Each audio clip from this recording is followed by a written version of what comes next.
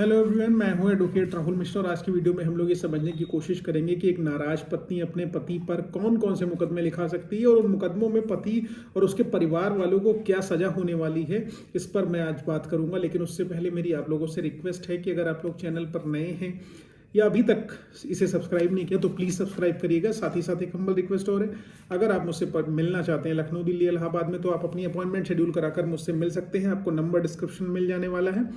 देखिए, पहली चीज़ तो यही रिक्वेस्ट है मेरी आप लोगों से कि अगर आप लोगों के मध्य किसी प्रकार का विवाद है पति पत्नी का, तो बैठ के सुलझा के निपट जाओ, क्योंकि सालों कोर्ट कचहरी के चक्कर लगा के कुछ रिजल्ट आपको मिलना नहीं है और आपके बच्चों की लाइफ डेफिनेटली स्पॉइल हो जाने वाली। इसलिए ज़्यादा ओवर थिंकिंग करने से बेहतर है कि आप दोनों आपस में सेटल करके एक साथ रहो चीज़ों को और किसी प्रकार के विवाद से निकलो। सबसे पहले आपकी पत्नी आपके ऊपर नंबर 1 केस जो कर सकती है 498A का, यानी कि 498A जो मेंटल फिजिकल क्रूअलिटी से रिलेटेड है। आपने उसको मानसिक और शारीरिक रूप से प्रताड़ित किया। ये केस आपके परिवार के समस्त सदस्यों के विरुद्ध, रिश्तेदारों के विरुद्ध, आपके ऊपर, आपके आस पड़ोस जो भी है, ठीक है, जो हेल्प कर रहा है, आपका ब्लड रिलेटिव है, उसके विरुद्ध ये लिखाया जा सकता है। तो इसमें सजा जो होती है 3 साल की होती है। इसी के साथ डावरी प्रोविजन एक्ट भी लग सकता है, 3/4 DP एक्ट, उसमें भी 3 साल की सजा है। दहेज प्रतिषेध अधिनियम जिसकी बात कही गई है, बहुत सारे लोग ये कंफ्यूज रहते हैं कि 498 ये दहेज प्रथा का मुकदमा है, जिसको लोग यूपी में जनरली दहेज प्रथा कहते हैं, लेकिन दहेज प्रथा वो नहीं है। 498 में कहीं भी दहेज शब्द का इस्तेमाल नहीं किया गया है। इसका मतलब केवल और केवल मेंटल फिजिकल क्रूअलिटी से रिलेटेड है, शारीरिक मानसिक प्रताड़ना से रिलेटेड। तो पहला केस आपकी पत्नी आपके विरुद्ध 498A का डाल सकती है, जिसमें आपको 3 साल तक की सजा हो सकती है। दूसरी चीज, पत्नी के FIR में ये रहती है कि मुझे घर भर ने मिलके मारा पीटा और उसके बाद मेरा समस्त स्त्री धन रख लिया। स्त्री धन का तात्पर्य जो मायके से वो लेके आई थी, गोल्ड, ज्वेलरी, चेन, सोना, चांदी, जो कुछ भी है, या bed, sofa, TV, electronic item, जो कुछ भी उनका है सामान जो अपने मायके से लेके आई, वो आपके द्वारा उसको रख लिया गया, उनको दिया नहीं गया। भले वो सारा सोना चांदी लेके चली गई या कुछ नहीं लेके आई हैं, फिर भी उनके द्वारा लिखाया जाता है कि मेरे पिताजी ने अपनी इच्छा, अपनी शक्ति के विरुद्ध जाकर जो है दान दहेज दिया, उधार लेके किया, और इन्होंने मेरा सारा स्त्री धन रख लिया। 406 स्त्री धन से संबंधित ही केवल नहीं, वो क्रिमिनल ब्रीच ऑफ ट्रस्ट है, वो पति भी फाइल कर सकता है। खैर, उसमें आप 406 में IPC में आपको 3 साल तक की पनिशमेंट हो सकती है। अब 323 तो जनरली मारपीट के एलिगेशन वाइफ जरूर लगा देती है कि मारा पीटा इन लोगों ने मुझे, हल्की मारपीट की धारा है। 323 घर पर मारपीट हुई तो इसमें 1 साल तक की सजा आपको हो सकती है। अब 504 महिला द्वारा गाली गलौज किया गया व धमकी दी गई, तो इसमें जो है 2 साल तक की सजा हो सकती है। 509 गाली व अपमान पुरुष द्वारा अगर किया गया, महिला द्वारा 504 में आपकी माता जी या बहन जी द्वारा जो है गाली गलौज करी गई होगी, तो उसमें 2 साल की सजा की प्रावधान किया गया है। 504 लग गया आपके परिवार वालों के ऊपर। उसके बाद 509 लग गया जब किसी गाली गलौज पुरुष द्वारा किया जा रहा है, तो उसमें 3 साल तक की सजा का प्रावधान है। इसी तरीके से पत्नी कहेगी मेरी गर्दन पकड़ ली इन्होंने, मेरे बाल नोच लिए। गर्दन पकड़ ली मतलब 307 लग गया, अटेम्प्ट टू मर्डर है। भाई दबाया ही तो नहीं, पकड़ लिया, दबा देते तो हम मर जाते। तो 307 भी लगाया जा रहा है। उसके बाद जो है आपके घर वालों के ऊपर, भाई वगैरह है, देवर वगैरह है, तो 354 में FIR लिखाई जा रही है कि ससुर जी बुरी नज़र रखते थे या देवर जी बुरी नज़र रखते थे, मुझे छेड़ने की कोशिश करते थे, ये सारी चीज़ें। तो उसमें 1 से 5 साल तक की सज़ा हो सकती है छेड़खानी में, 354 IPC में। उसके बाद 376 भी आजकल लिखाया जा रहा है कि FIR मैंने देखा है, मेरे क्लाइंट है, बहुत रिनाउंड डॉक्टर हैं, उनकी वाइफ जो एप्लीकेशन दे रही है अपने ससुर जी के अगेंस्ट, क्योंकि हम लोगों ने उनका डाइवोर्स केस पहले मूव किया था, तो वो एप्लीकेशन दे रही कि हमारे ससुर जी जो अभी 80 साल के ऊपर के हैं, हमको बुरी नज़र रखते थे, हमको छेड़ते थे, हमारे साथ सेक्सुअल रिलेशनशिप इस्टेब्लिश करने की कोशिश करते थे।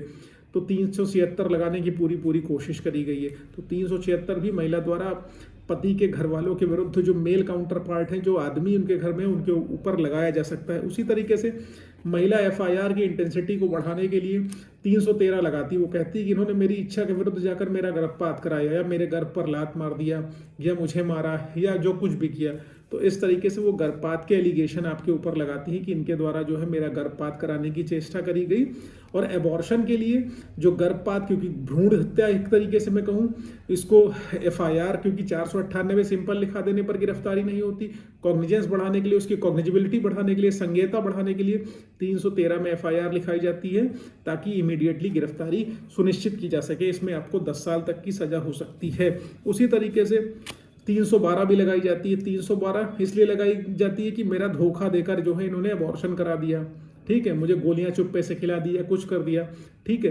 तो 312 जो है इनके द्वारा लगाई जाती है, जिसमें 7 साल तक की सजा का प्रावधान किया गया है। उसी तरीके से अगर जो है 377 लगता था, 377 तो अभी नए कानूनों के तहत हट जाएगा, लेकिन 377 जो है अभी तो हटा नहीं है, वाइफ लगा ही रही है, 377 लगा रही है, भले मेडिकल प्रूफ हो या ना हो, लेकिन ये सारे आपके विरुद्ध जो है क्रिमिनल केसेस आपके विरुद्ध करती चली जा रही हैं। अब दूसरा क्या हो गया, सिविल केसेस की बात करो, नॉन क्रिमिनल केसेस की बात करो तो 125 सीआरपीसी के तहत वो मेंटेनेंस मांगती हैं आपसे, ठीक है।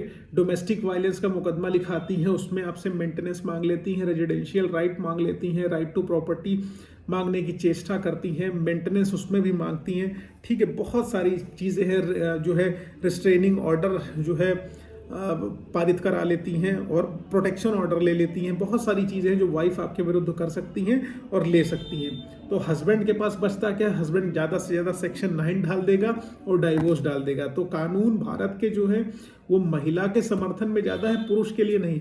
अब आप बताओ, महिलाओं के लिए इतने सारे लॉज हैं कि वो 498 पति के विरुद्ध लिखा दें, 377 लिखा दें, देवर जेठ के विरुद्ध 354 376 लिखा दें, 313 लिखा दें, 312 लिखा दें।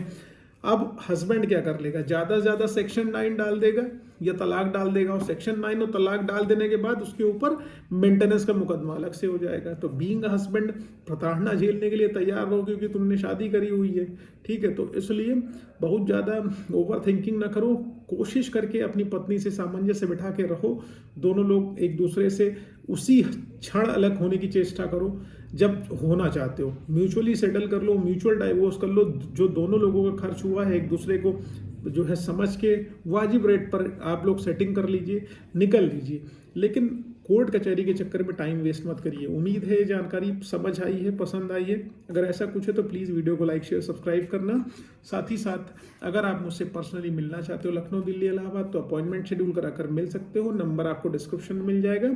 फेसबुक, इंस्टाग्राम, ट्विटर पर फॉलो करो, लिंक डिस्क्रिप्शन में मिलेगा। निजी जिंदगी के बारे में जानना हो वहाँ आपको सारी डिटेल मिलेंगे। बाकी 1-to-1 इंटरेक्शन भी वहाँ हम करते हैं, कभी कभी लाइव भी आने की चेष्टा आप करेंगे।